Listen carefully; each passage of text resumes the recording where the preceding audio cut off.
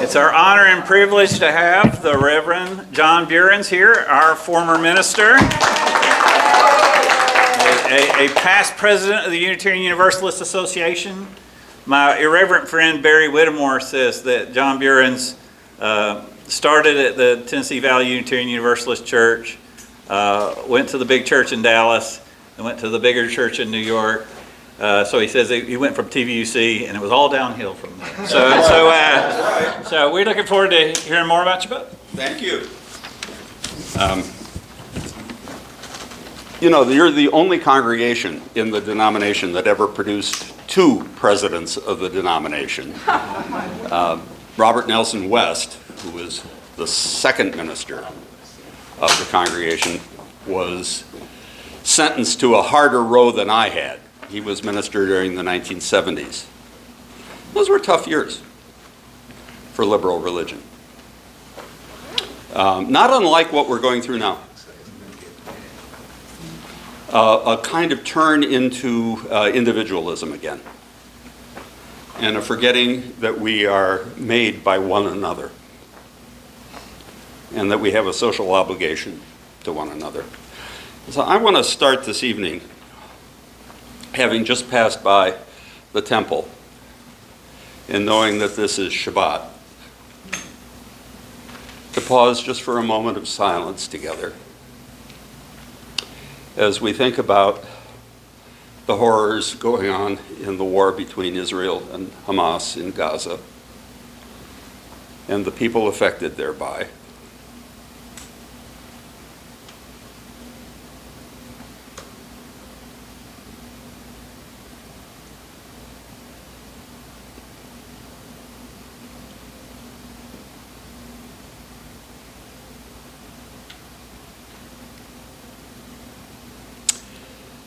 I do that because the people I want to speak about this evening are forebearers in faith, the Transcendentalists, were, I think, among the great Americans who recognized that the source of all spirituality and all authentic ethics lies in honoring every human soul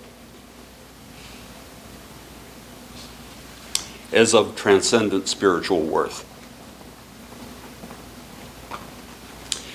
And remembers that we are all moral agents. And when we meet with one another, we are to treat one another as people who will make choices that will affect the lives of others. And then, unless we treat one another as spiritual beings and moral agents. As Martin Buber would put it, an I and thou. We forget the power that we have to affect what will follow us. That comes from Kant, I think. The moral imperative to see the other as an agent and a spiritual being. And that's where the Transcendentalists come from. Anyway, I'm going to say a little word about why I spent so many years writing this darn thing. I've always been historically and theologically minded. Folks who had to listen to me when I was a novice minister here learned that early on.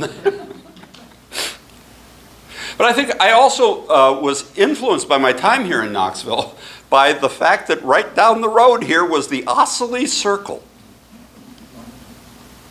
a women's group, named for Margaret Fuller Ossory, that pioneer American feminist who died tragically in 1850, returning from covering the revolution in Rome for Horace Greeley's New York Tribune, with her infant son,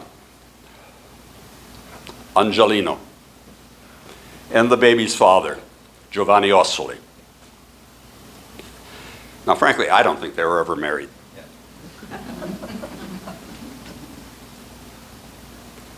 But the good women who tried to pick up on Margaret's feminism, of course, treated her in the 19th century fashion, because her Transcendentalist friends, when she died so early,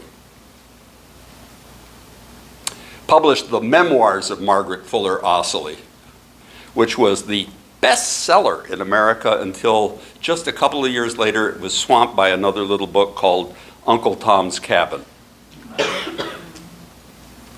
Give you a little context in which our Transcendentalist forebears were operating. So early on, I was convinced that one of the things that had happened with the understanding of our forebears, even among ourselves, is that too darn many of us had learned about them in English class, Jenna, sorry, where they were treated just as writers and individualists. We read a little Emerson, Walden's, now the most frequently assigned antebellum book in American literature.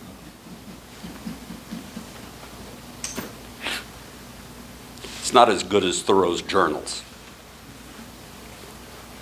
which he mined in order to write that. And by the way, that's the way Emerson wrote too. And while he became the chief spokesperson for the Transcendentalist movement with his magnificent public addresses like the American Scholar and the Divinity School Address in the late 1830s, I've never much liked his essays. They're full of aphorisms that were loosely hitched together in paragraphs. Lines like, "Trust thyself. Every heart vibrates to that iron string," in self-reliance. Certainly one of the most misinterpreted essays in American literature. It is not about individual breaking away from spirituality and ethics. It's about how self-reliance is ultimately reliance on that which is greater than self. And so I was bugged from an early age at this misinterpretation of some of the key people who shaped American culture and religion and who were to a person all Unitarians, the original Transcendentalists. But I was also bugged by the fact that we had forgotten how long their influence ran. Through a women's group in Knoxville, Tennessee in the 1890s, campaigning for women's suffrage and setting up outreach to women who had borne a child that they couldn't support. Our history as Unitarian Universalists, is very important to us because, in my understanding, it really functions for us like Scripture. We don't have one, We have shared experience through the ages. We use it all the time in figuring out how we should handle something in the church. Well, don't do it the way they did it back then. We learn from the mistakes of our forebears. And they weren't perfect, not by a long shot. But this is what we have in common under the title Unitarian Universalists, is a couple of hundred of really productive years of spiritual moral learning.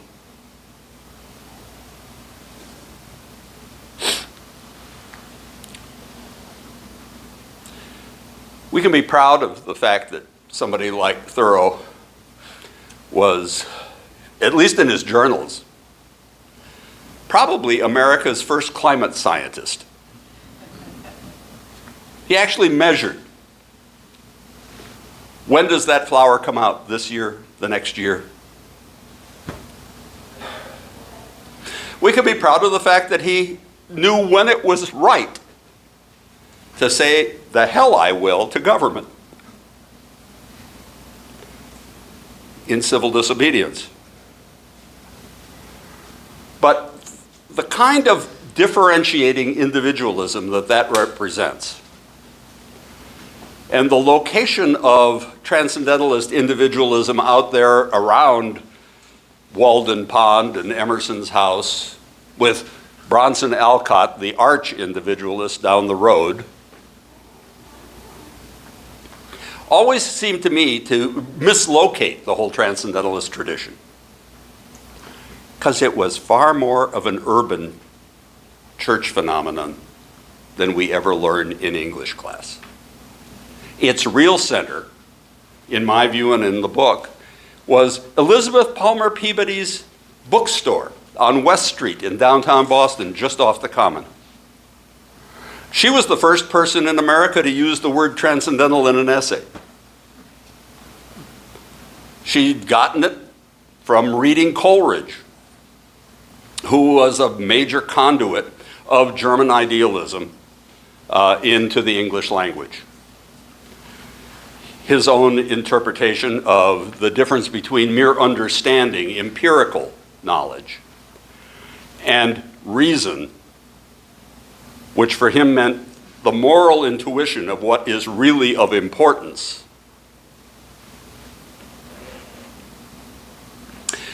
often gets lost in understanding who the Transcendentalists were.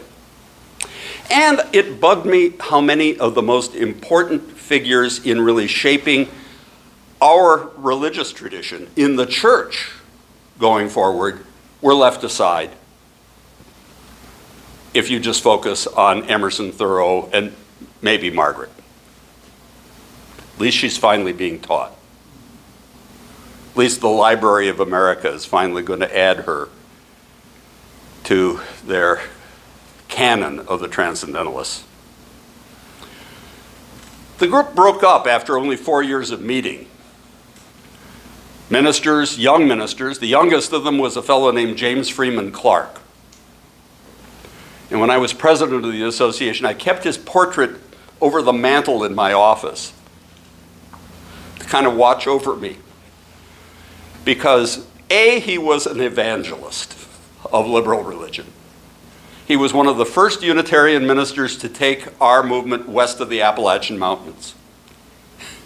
1833, Louisville, Kentucky. The closest Unitarian church was back in Meadville, Pennsylvania. Later, by the way, one of the young offspring, second generation Transcendentalists, a fellow named Thomas Starr King, went all the way out to San Francisco, where I now live, when the nearest liberal church was in St. Louis. You got to have guts to do that. Nobody to exchange pulpits with, Chris.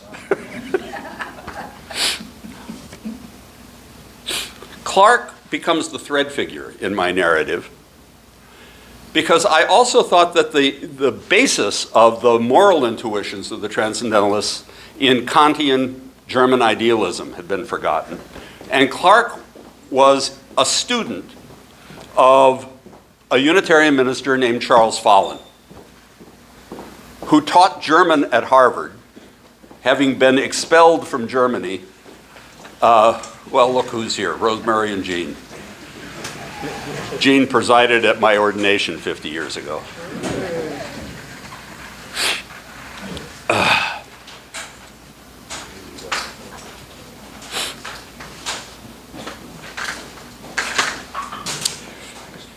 So Clark was there haunting me in my office because, among other things, he was an evangelist who took liberal religion west.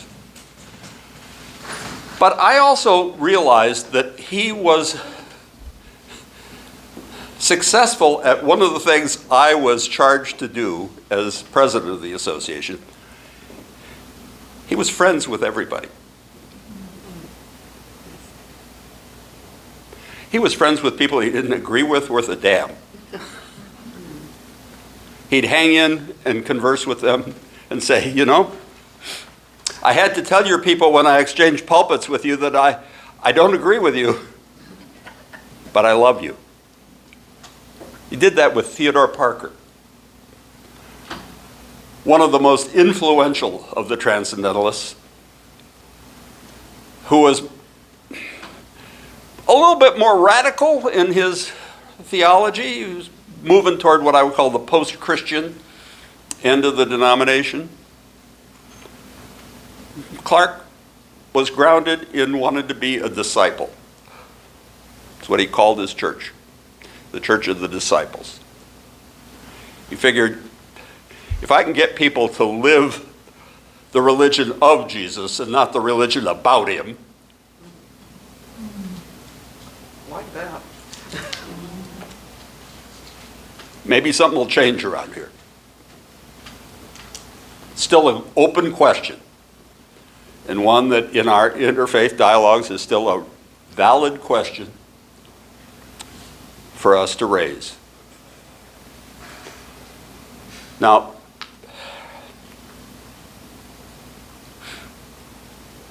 when I speak about spiritual friendship, it's the friendship between people like James Freeman Clarke and Theodore Parker and Margaret Fuller that just blow me away,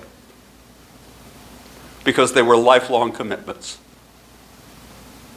As long as you're alive, I care about you and your influence in the world, the state of your soul, your integrity.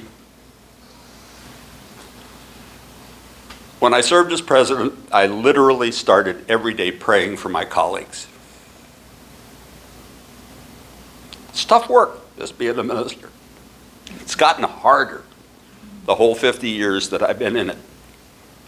I see that among the younger people who are scared of it. That's why we've got a shortage of ministers right now. Well, Parker, you know, is the source of two of the most frequently cited phrases in American civil religion. It was a sermon of Parker's picked up by Lincoln's law partner, who was a Unitarian in Springfield, Illinois, that gave Lincoln the final phrase of the Gettysburg Address, that a government of the people, by the people, for the people, shall not perish from this earth. Barack Obama had that woven into the rug he commissioned for the Oval Office.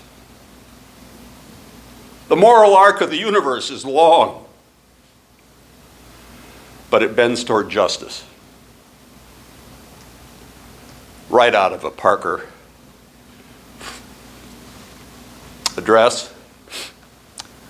I discovered it was passed down through the grandson of the treasurer of Parker's congregation, a fellow named John Haynes Holmes, who wrote about it in the NAACP magazine, The Crisis, where Dr. King picked it up.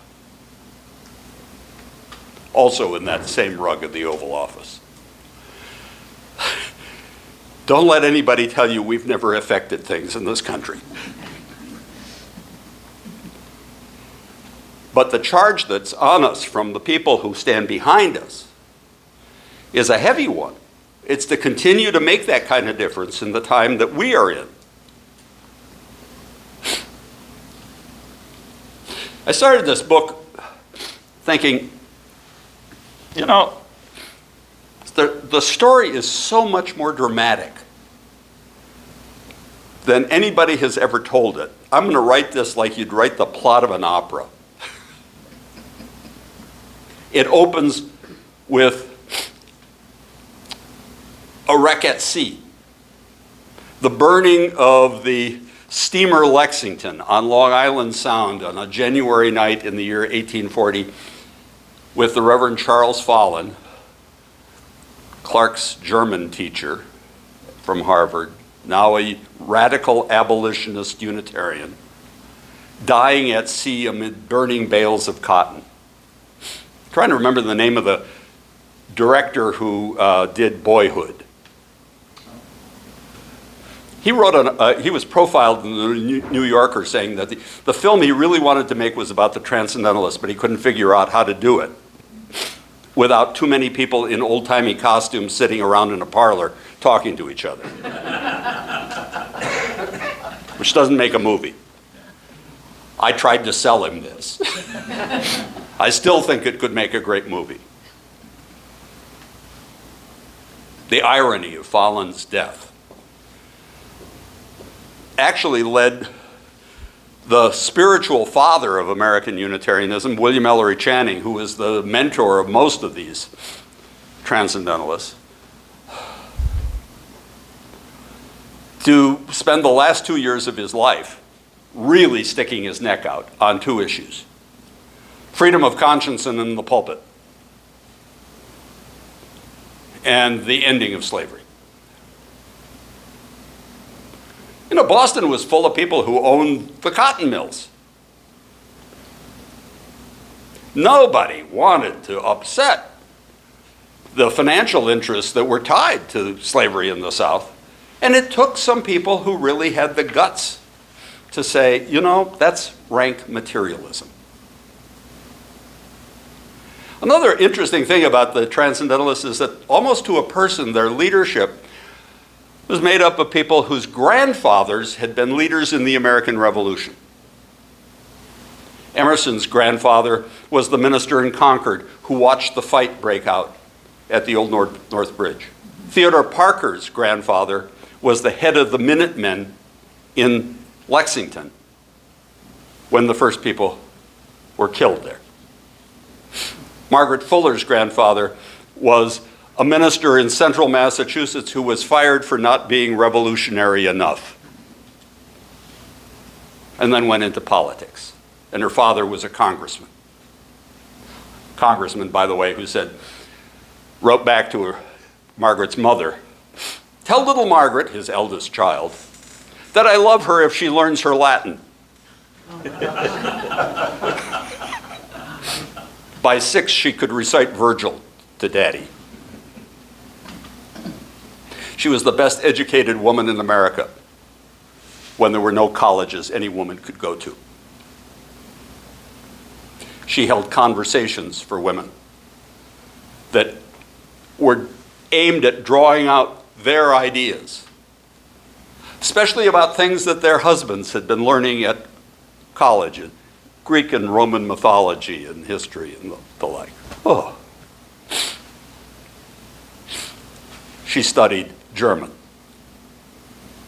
and read Goethe with James Freeman Clarke. I found his Journal of Understanding that he went back to his dorm room at Harvard Divinity School after each session with Margaret. It starts, "J, I hesitate to come to you when I have no fresh ideas.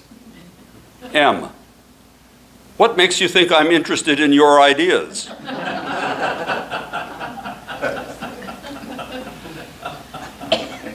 I think there was a little flirtation there. Although they quickly figured out that they couldn't possibly be husband and wife. Margaret never could have been a fit person for the defined role of a minister's wife in 1830-something. Although she sent outlines for sermons for James to preach when he went to Louisville, and he published her first essays. And as I say, when she died so tragically, he and Emerson and William Henry Channing, Ellery's nephew and protege, published the memoirs. The continuity of the Transcendentalist movement goes even beyond the period of the American Civil War, which it's very interesting to me, having come of age during the 60s, represented the 19th century high water mark of liberal religious influence. That is, in the 19th century, Unitarians and Universalists were never more influential than they were in the middle of our Civil War. Among other things, they learned to organize. They pulled together the largest humanitarian association that America had ever seen. Became the forebearer of the Red Cross. Started later by Universalist Clara Barton, but during the Civil War was called the U.S. Sanitary Commission. Out in San Francisco, Thomas Starr King, young, who brought Transcendentalism to the West Coast, raised 1/4 of all of the money that was devoted to humanitarian relief during the Civil War. The thing was so successful that finally, in 1865, the Unitarians came together with Clark as the main speaker to form a conference of congregations and not just an association made up of ministers and wealthy individuals. There was no association of congregations until these people brought the organizational skill to that effort.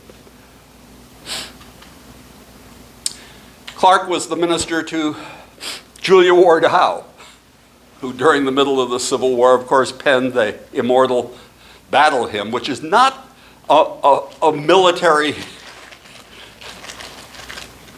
call to arms. It's a prayer. It's a prayer that when violence has fallen upon the human species again, could it be for some good end? As he died to make men holy, let us die to make men free.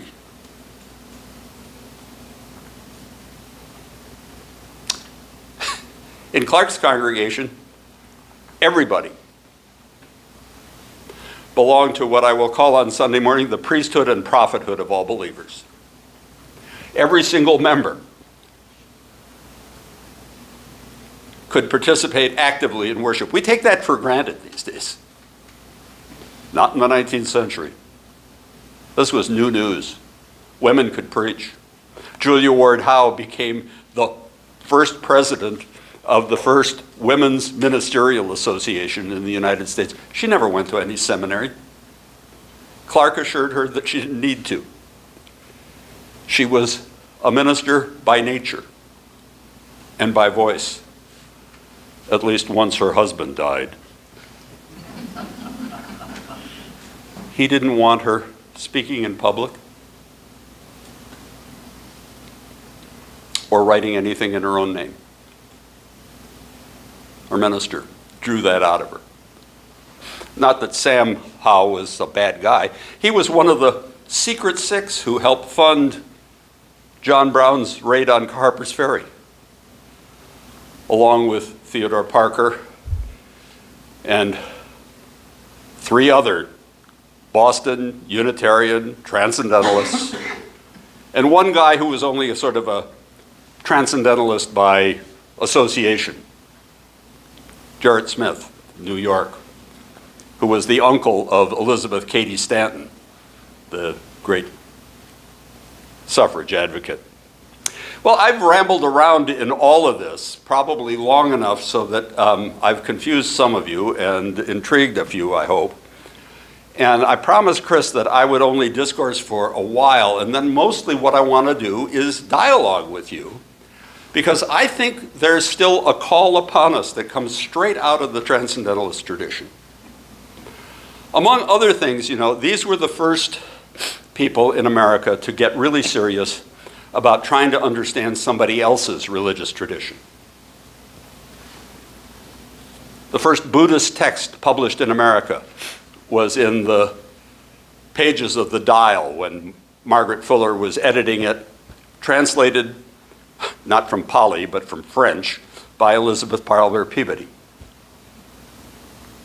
Thoreau, Emerson, read the Upanishads and the Vedas.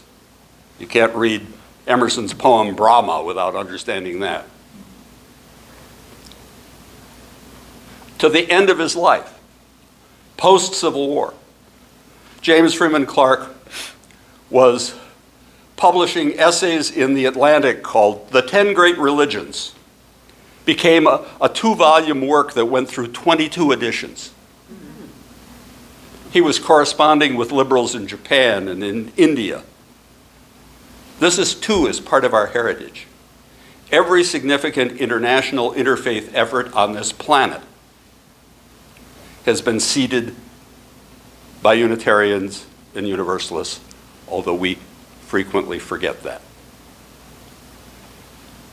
Our effectiveness goes back to things like, well, Gordon Gibson will tell you about it. Dana McLean Greeley, first president of the UUA, 1960s. Got every leading American religious leader, Jewish, Greek Orthodox, Protestant, Catholic, to march with him and Dr. King across the Pettus Bridge in Selma. After that, Dana went on with Homer Jack, who had been his director of social justice, and founded what is still a quiet but very effective organization called the World Conference on Religion and Peace. I could tell you stories about my experiences discovering that I was, by inheritance, its honorary president. Going to China, meeting with the Pope. Going to Amman, Jordan, when we couldn't go to Jerusalem to hold a World Assembly there. We need to recapture this understanding, this deeper and wider understanding of who the heck we are. We are today's Transcendentalists. And if we exercise our gifts for spiritual freedom and spiritual friendship, transcending differences in the interests of the common good, we can be more powerful again during a difficult time than we have been in the past. The 60s and the 19th century were a high water mark. We hit a high water mark with the civil rights movement and the anti-war movement of the 1960s. It's been tough since. But the world is in just tough enough shape, I think, that it needs us. And if we know who we are, what our history is calling us to do, we can again be one of the most transformative forces in American and global religious life. And with that, I will shut my little mouth and let you guys query me about anything.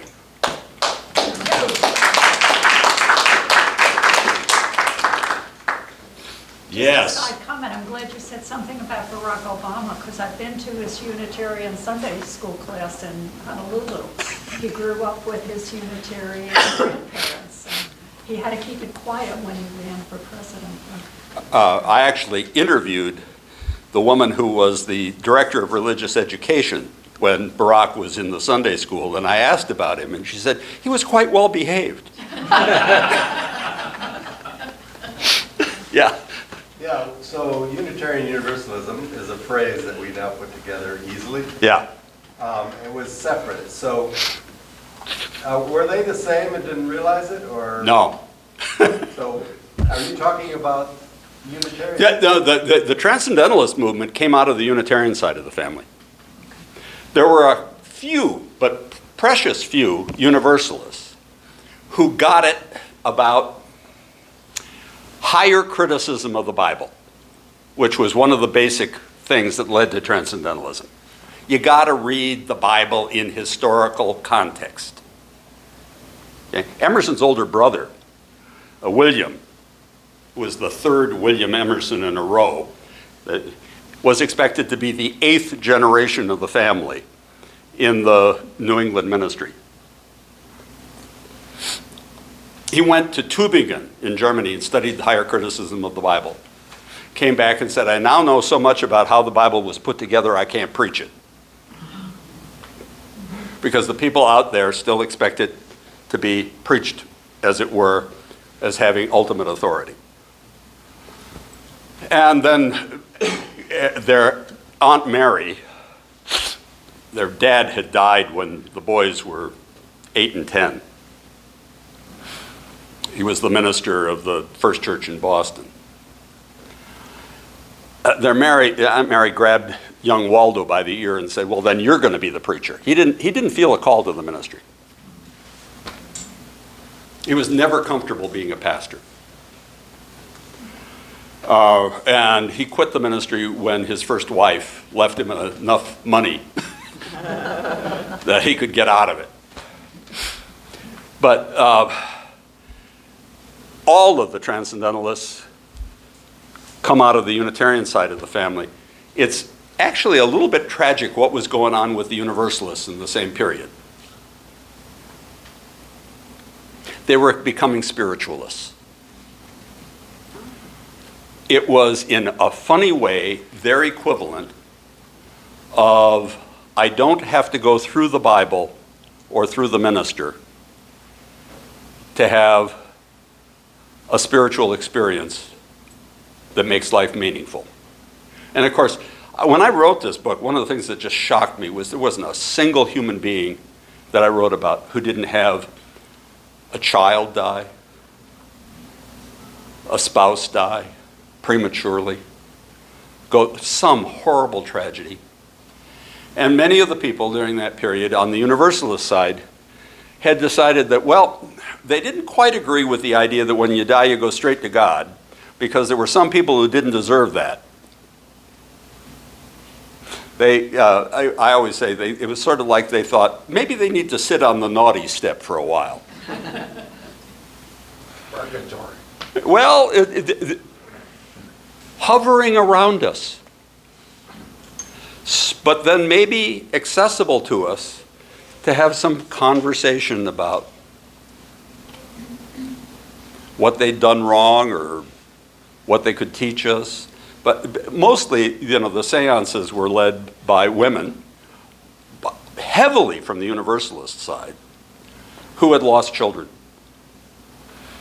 And so the Universalists, with about 2 exceptions, Hosea Ballou II, who founded Tufts College, and Thomas Starr King, who was his disciple, they both were Transcendentalists, no question.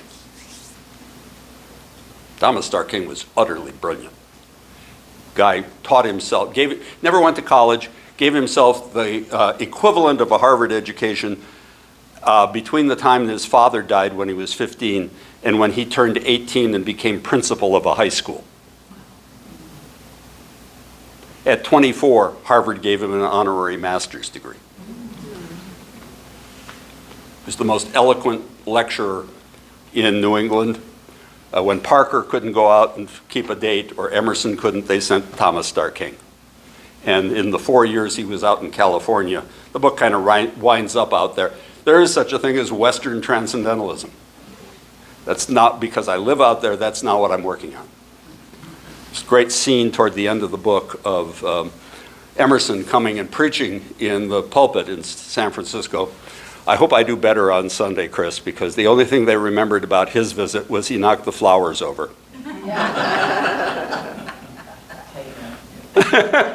Keep them out of my swing. And but he went up to Yosemite, which, by the way, Thomas Starr King saved. That's another whole story. And met with John Muir. That final scene, and wanted to stay overnight, but his family wouldn't hear of it. There's a scene of his waving at Muir in benediction as he leaves the Mariposa Grove and turning to his companion and saying, you know, I think that young man may be as good a naturalist as Henry David Thoreau was. So the continuities that go on into the environmental movement, into the women's movement, into the anti-racist movement, into our concern for climate change, our concern for interfaith cooperation, for global peace, it's all there. It's the roots. And shame on us that we don't know more about our own roots. Because there's a Chinese proverb to the effect, if you go to the root, you find the meaning. And that's why I'm passionate about this need for us as Unitarian Universalists to understand our own history, and particularly our Transcendentalist heritage, more deeply, and not to treat it as a bunch of individualists. We are not people who are left free to believe whatever the hell we want to believe. We are people who are cautious enough about our own stupidities to know that we are better off coming into the community and learning from one another, and then believing what deep moral and spiritual insight we have gathered in community tells us we have to believe, and trying to live up to those demands. So the Universalist side, it took them 150 years to get together. Part of it was social class. The Unitarians were all these Harvard-educated Unitarian ministers. I'm guilty. The Universalists, like Thomas Starr King, most of their ministers never went to college. They were also important in the South, I think. Yeah. You know the story of this congregation voting against joining with the Universalists? You know this one, Chris. Yeah. The congregation, when in 1960-61, the proposal came forward, the Unitarians, and this congregation, of course, was very heavily involved in the civil rights movement. I mean, sticking its neck out, helping to sponsor interracial day camps in the 50s and sit-ins. They went out to the rural, all-white. Yep. Going out to these all-white Universalist congregations that were in places like Cannon, Georgia. And one of the three members of the committee, I can't remember his name, was African American. He came back and reported to the congregational meeting, those Universalists say there ain't no hell. I'm here on the basis of my personal experience to say, the hell there ain't.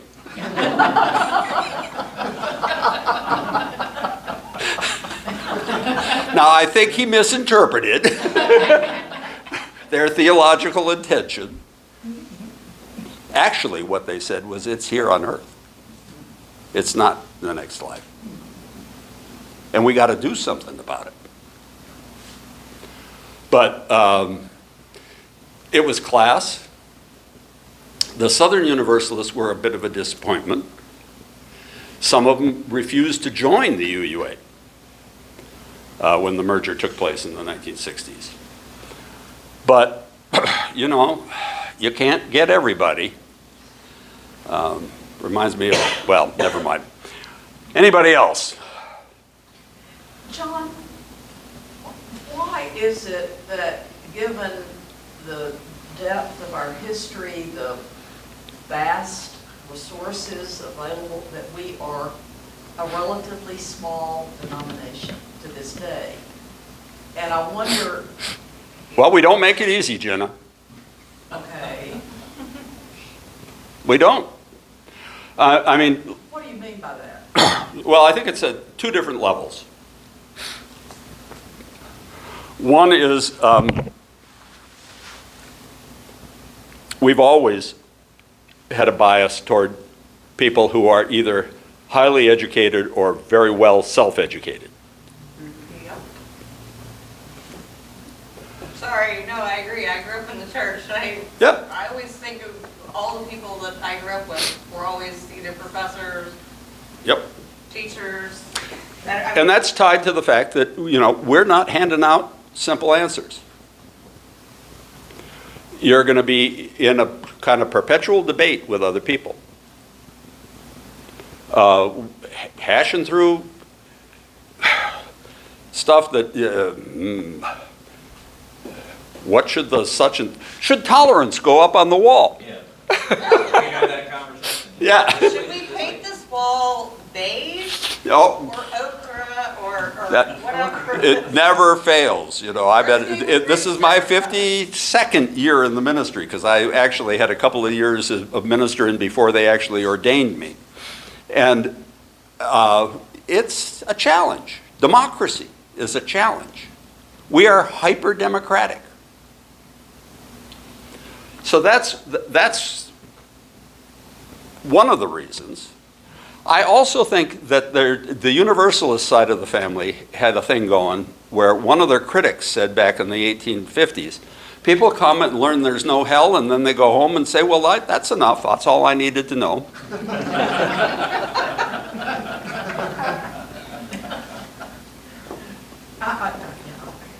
I make a comment to that? Yeah.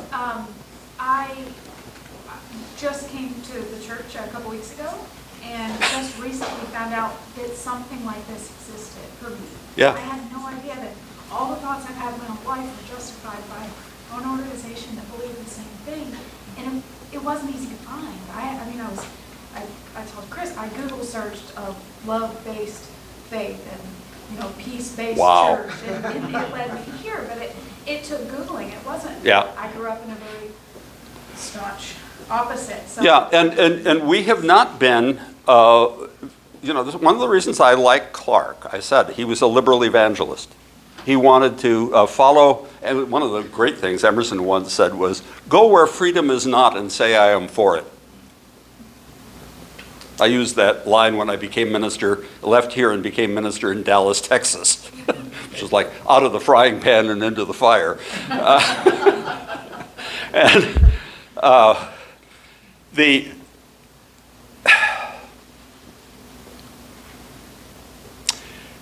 The Universalists in the 19th century were far more liberal evangelists than the Unitarians were. Unitarians, with their educational and class privilege, tended to behave like a woman I once wrote about in a column, who was quite the Boston Brahmin type, living on Beacon Hill. And she went to a suffrage rally on the Boston Common.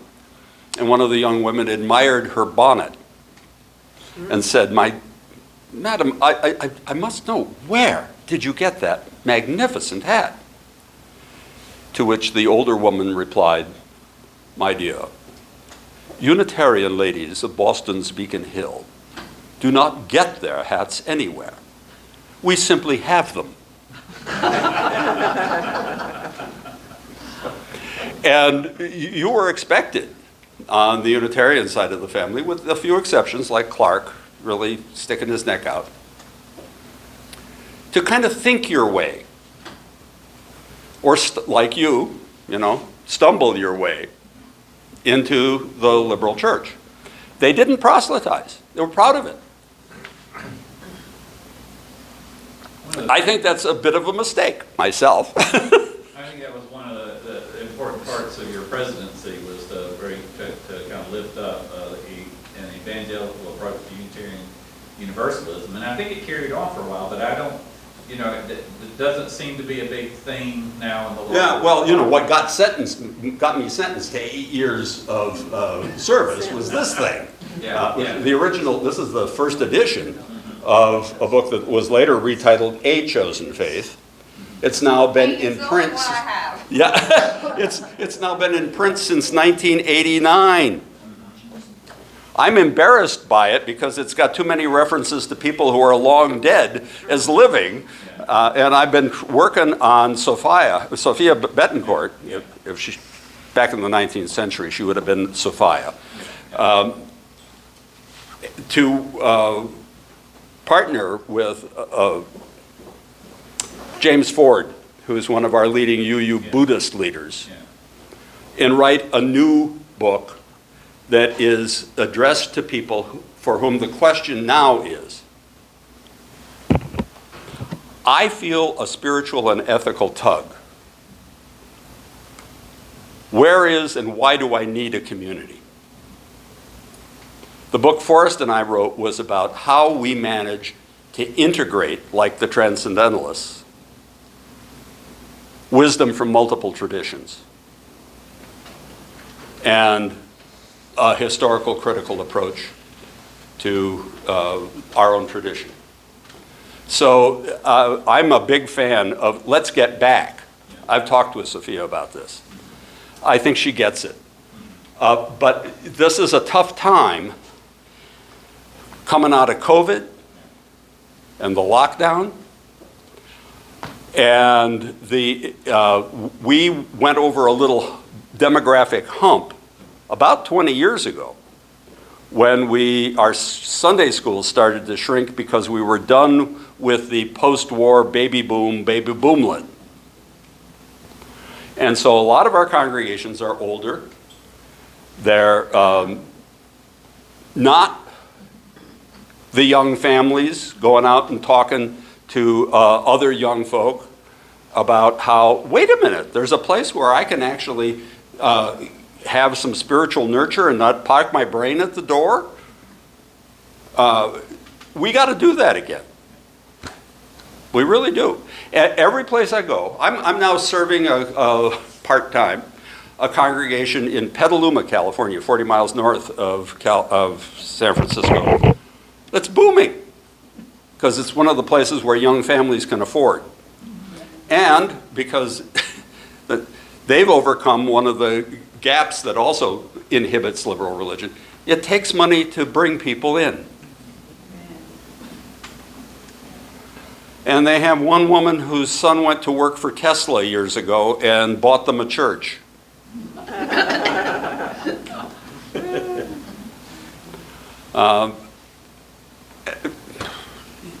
So, you know, it's hard. I'm not saying that it's an easy thing for us to, but we have bounced up from these low troughs in our history many times. I mean, in the Deep Depression of the 1930s, 1/3 of all the Unitarian churches in the United States closed their doors, including the one in Knoxville. It came back in 1949.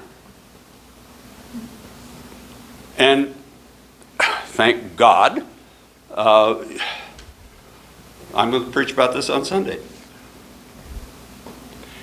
It's been so strong and clear about its mission all the way through its history,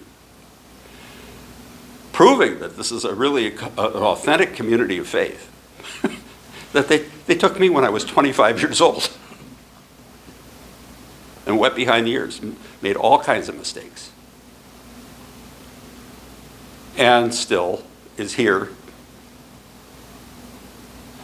surviving even death brought to its door. Yeah. What I hear you saying is, well, maybe I'm putting my own spin on it. That's okay. That's what we all do. During times of crisis that our religion becomes more,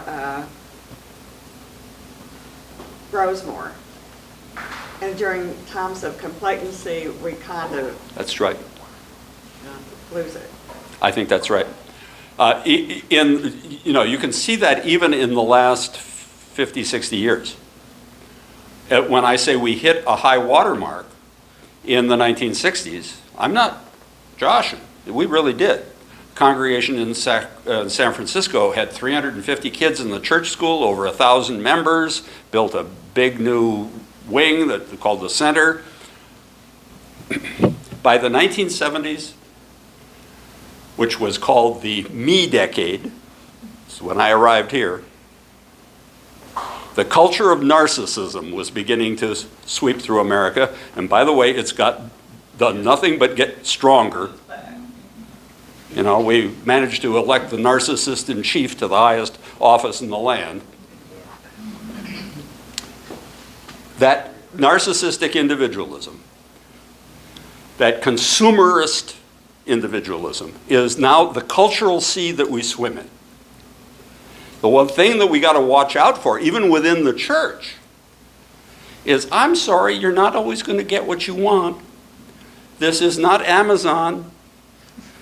You can't order your Sunday service to fit exactly what you wanted that week. You got to have a certain amount of loyalty. Keep coming back. Sooner or later, you'll get it.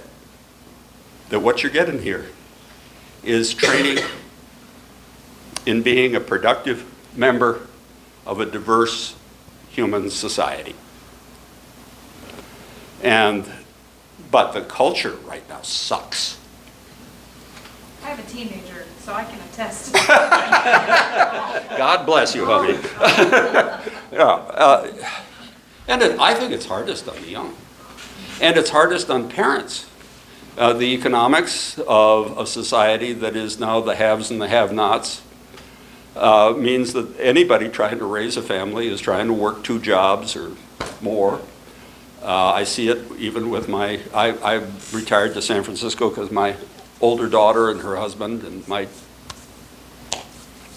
2 oldest grandchildren are there, and it's a great city. But God, do they work. Can I say something? Yeah. And you're talking about having a teenager, and I will just say this, having grown up in the church, I remember a day, and John, I mean, you helped raise my parents, well, my mom grew up in the church in Portland, but Yep. my dad, like you dedicated my brother. But I remember the day that my dad told me he was agnostic and not an atheist, and I cried. Because they hadn't really had a conversation with me about their personal beliefs. And I'm telling you, it was a dramatic moment for me. Yeah. So I think that if you have children, having a discussion with them about your personal beliefs, Yeah. whether it coincides with their personal beliefs or not, Yeah. is really important to your Yeah. spiritual growth as a person. I mean, Chris raised me as my RE director and then became, and I've been to several different churches since then, but I always came back to my parents and my grandparents for spiritual Yeah. growth and to Chris, and whether he was at Earlham, whether you were in South Carolina, or wherever you were. But I think it's really important as a parent to have, hey, what are you feeling? This is what I feel, and if you want to have a conversation with me, and if maybe it's not you that they need to have a conversation with, maybe it's Chris. Yeah. For me, That's why we're it was here. Jenna was one of the people, Pat Bing. I mean, there were a bunch of, Barbara's daughter, she taught me about, paganism and that kind of spirituality. I mean, she was my cohort, but having all those different ideas as you grow up and being able to converse with different people within this congregation really, really makes a difference Yeah. in your spiritual growth. I mean, that was one of the tools that the Transcendentalists use. Conversation. Comes out of a minister's study group that draws in a few other people who were not ministers, like Henry David Thoreau and Bronson Alcott and Elizabeth Palmer Peabody. And some of the women were brought in, by the way, because they could read German better than the guys. I believe you started the Boston trip. I did, 1976. Yeah, Which is yeah. obviously related to what we're talking about. Yeah, again, I was always very concerned that we raise our young people with a knowledge of where we come from. I'm going to preach a sermon in a few weeks called Facing the Unknown, where I'm going to take off from the great Gauguin triptych in the Boston Museum of Fine Arts. Where do we come from? Who are we? Where are we going? I don't think you can answer the latter 2 questions without the first. That's why I'm kind of a religious historian. Where do we come from? And I took those kids in 1976 on a pilgrimage, Unitarian Mecca, Boston, via Charlottesville. Yeah, there's where you come from. Yeah. Oh, look at that. That's before the gray set in, and when there was hair on top. Yeah. Yeah, that's what I looked like when I was here in the 70s. Yeah. 1973. And I gotta get it where it's not, Lordy. 60s.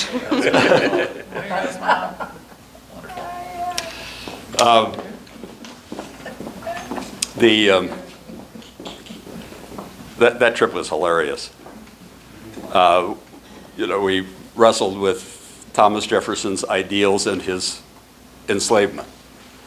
We stopped in Washington, and All Souls. yeah, we stopped at Community Church in New York, and the kids got. One of the people who founded that church, John Calvin. Right, yeah, exactly. Along with John Quincy Adams, 1826. We went to a community church in New York where Don Harrington was still the minister, and he had Theodore Parker's desk, on which Parker had written those immortal phrases, and where, when he was keeping a fugitive slave in his own home, he wrote his sermons with a loaded pistol on his desk, in case he had to protect a parishioner who was in his care, who was in danger of re-enslavement. Is that B&B still open?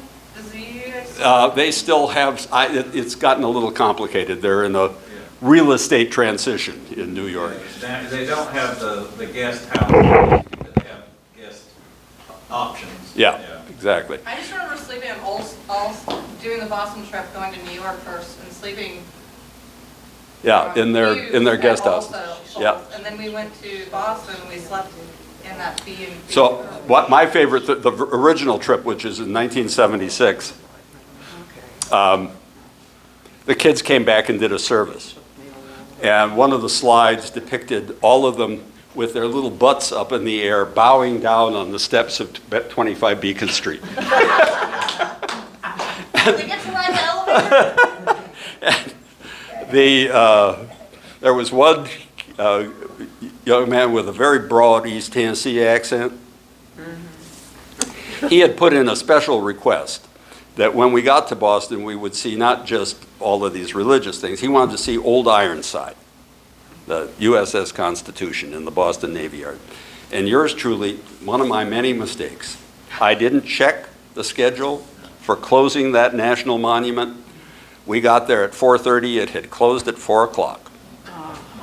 And he piped up from the back of the bus, "Aw, shucks, that's just like this trip. Church, church, church, and then we missed the boat."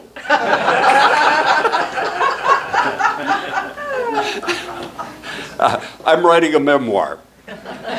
One of the great values of coming back to one of the most meaningful places in my journey in ministry is tied with reviving some of the absolutely precious memories I have of learning the arts of ministry with real people right here. And the book's going to be titled Something Left Over, a memoir of ministry. That's not just like tonight, maybe a hodgepodge of anecdote.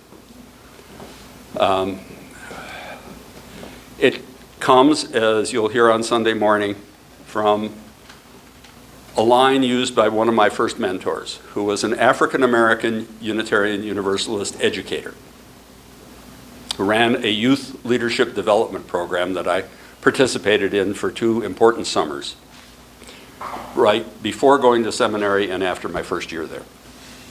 And John Eartha, may he rest in peace, when I told him I was going to seminary, he said, "That's your own idea, or are you just poorly advised?"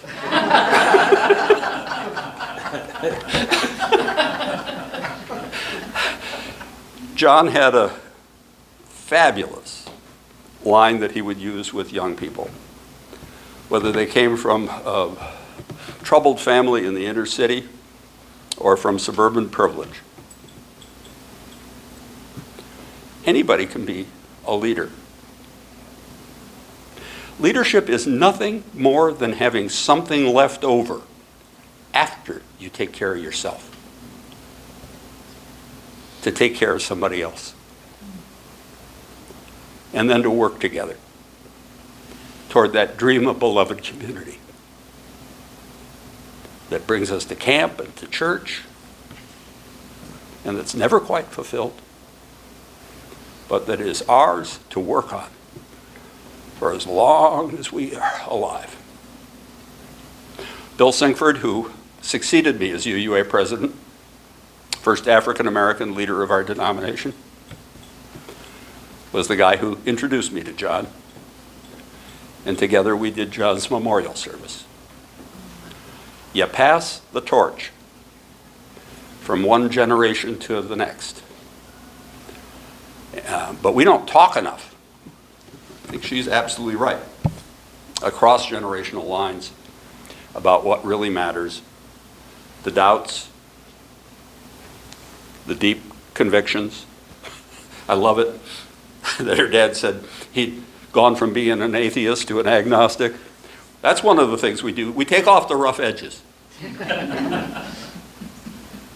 You know, one of the Transcendentalist ideas was none of us knows enough about ultimate reality to say there's nothing there. Why the hell are we here?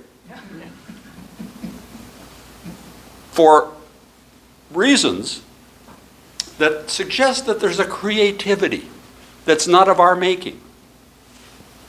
There's a fountain, not made by human hands. All I right. just have another side comment that's kind of funny. Again, about Boston. It's that there's two churches in Lexington. Two Oh, yes, right. Unitarian The Fallen Church. Yes, and that the Christmas tree, when it first Yeah. came to the United States, was always outside, and the Unitarian Church is the one that brought it in. The Well, minister- it was Charles Fallen, who was born in Germany, and it was a German custom. And he died on that conflagration of the steamer Lexington on his way to dedicating that church building Oh, well. where he was to be the pastor. So if you have a Christmas tree inside, Yeah. it has to do with Unitarianism. Yeah, well, I tell the story in there of how the Fallons, Charles had married a Boston Unitarian who was in William Ellery Channing's congregation, taught in the Sunday school, Elizabeth Lee Cabot. She's, by the way, the author of 3 Little Kittens Who Lost Their Mittens, a number of other children's books. They were entertaining Harriet Martineau, who was, like Margaret Fuller, one of the first female international journalists. British, married, sister of probably the most influential Unitarian minister in England, although she didn't agree with him on everything either. But and a difficult woman, boy. But she came to the United States, kind of like de Tocqueville did in the 1830s and 40s, to see if democracy was viable or not. And to see what the impact on democracy of the original sins of America, slavery and displacement of the indigenous people, might have done to us.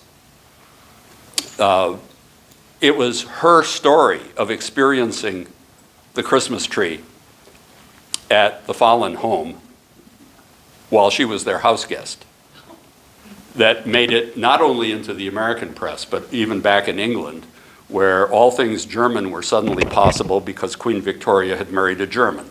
She was German. Well, yes. She was Yeah. conceived in Germany. Yeah, that too. She Yeah. was. Oh, And a lot of it- Father Says the German professor. Yeah. loaded the mother in the 9th month of pregnancy to get them back to England so she could be born on English soil and be queen. Oh, wow. That's fabulous. Thank you for that. But it was a period where both in England and in the United States, the influence of German culture was beginning to have some real impact. And not just at the more social ritual level of Christmas trees, but the impact of German idealism in influencing this era of American religion and philosophy. It really deepened the conviction that if the Kantian idea is, I have to treat you as a moral agent, how the hell do you justify slavery? How do you justify keeping women out of colleges, not voting? How do you not want to deepen the power of education to transform society? Horace Mann shows up in the book because he's part of realizing he gave up a promising career in politics. He could have been governor of Massachusetts. He was president of the state senate, or a United States senator. He gave it up to be the first statewide superintendent of schools in the United States in order to start free public education. Because when he was a kid, he got to go to school for 6 weeks in the winter. Got to college because there was a free public library. You know, the transformations that were brought off by these forebearers of ours at every level of social transformation are way too easily forgotten. Another thing I did while I was here was go down to what was then Eastern State Hospital. Glad they tore it down, although it had a shrine to Dorothea Dix in the main lobby. She was, of course, the great campaigner for decent treatment of people with mental illness. Again, the spiritual appreciation of the transcendent importance of every human soul, no matter how troubled, no matter how held back. The conviction that we're in this together comes straight out of this conviction that we have to transcend ourselves and build the bonds that make for authentic community.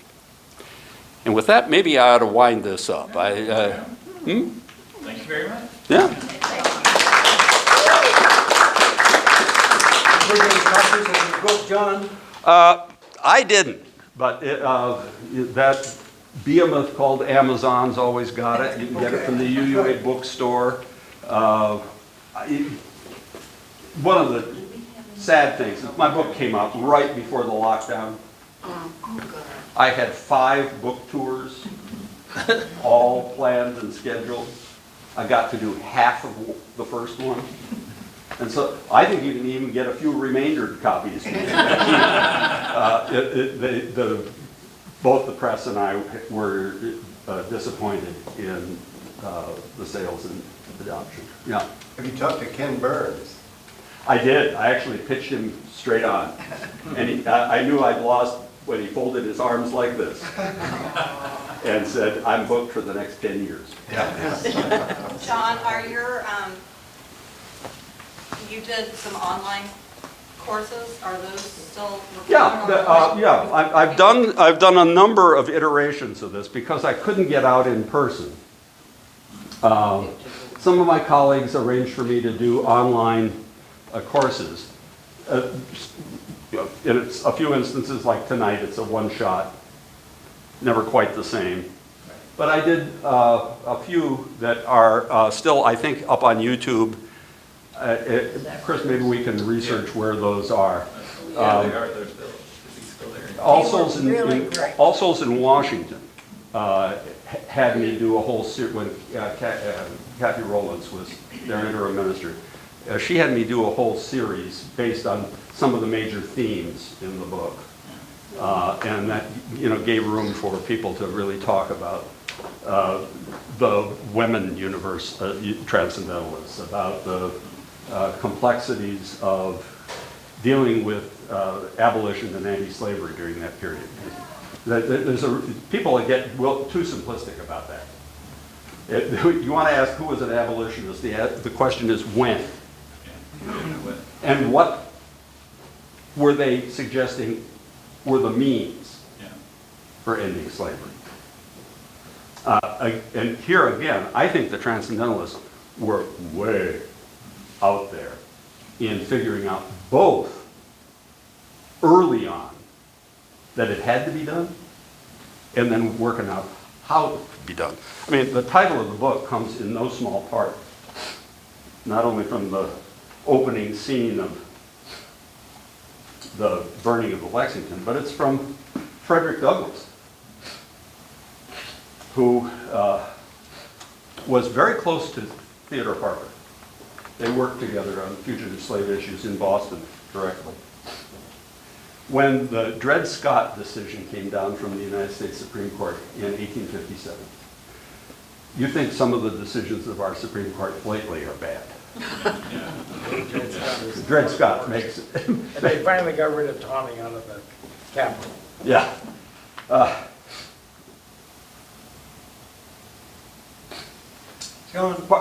Just let me finish this, Gene. Frederick Douglass, by then America's most articulate and famed fugitive slave, had foreseen that Brown's plan to start a slave insurrection would fail. Yet he agreed with Theodore Parker's demand for a second American Revolution. In a speech he gave in 1857 in direct response to the Dred Scott decision, he quoted verses that he had written earlier that year. The fire thus killed, that is the passion behind the original revolution, may be revived again. The demand for freedom. The flames are extinguished, but the embers remain. One terrible blast may produce an ignition, which shall wrap the whole South in wild conflagration. In that Prophetic. context, Yes. in that context, one of the greatest stories that I heard when I was working in Key West, Yeah, remember, yeah. was that Frederick Douglass visited the school board when it was meeting to decide whether or not to start advanced grades in Key West. And he convinced them that they needed to. He was on his way to Cuba. Oh, yeah. Oh, my. Probably to Cuba and then on to Haiti, because he became the first ambassador, American ambassador to Haiti. Yeah. I just always loved that. Yeah. After the Civil War, Douglass was in the situation of being the most known and the most successful, because he wrote his biography 3 times, and it sold like hotcakes. And he had a pretty great job as clerk of the courts in Washington, D.C.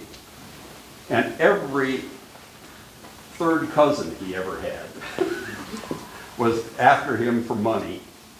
And he was so glad to get out of the country and go to Haiti. I'll end by saying you never know when you'll run into a transcendentalist. I was in the Pigeon Forge, Tennessee book outlet, and I came across an anthology of Thomas Wentworth Higginson's writings that included a comparative religion and an argument for women's equality, and he tried to help spring fugitive slaves out of jail. And he was the most physically radical member of the Transcendentalist Circle. Not only one of the Secret Six that backed up John Brown, but he literally, with Lewis Hayden, who was Boston's leading black abolitionist, he picked up a beam and bashed in the courthouse door in order to try to free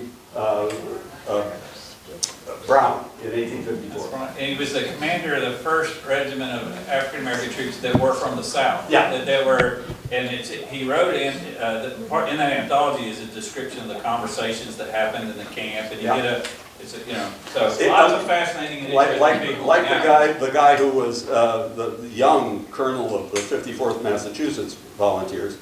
The officers had to be white. He's a commander of the 1st South Carolina Volunteers on the Sea Islands before the 54th. And what does he do? He sits down around the campfire with his black soldiers. He says, I want to learn from you. They teach him the spirituals. And he publishes in the Atlantic the first essay on African American spirituals, and then brings out a whole anthology. So, these are people who actually transcending difference into something embodied. And Higginson, you know, later ends up as Emily Dickinson's editor. That's right. She never would have published without his encouragement. He was the editor of the Atlantic at that, or he'd written an essay for the Atlantic, which was advice to young authors. And she wrote him a note with four little poems included, asking him if there was any life in them. And he was blown away. They met face to face 3 times. But again, there'd be no Emily Dickinson in American literature. And she was kind of a transcendentalist without knowing it. That's right. I could go on and on. Thank you. Thank you.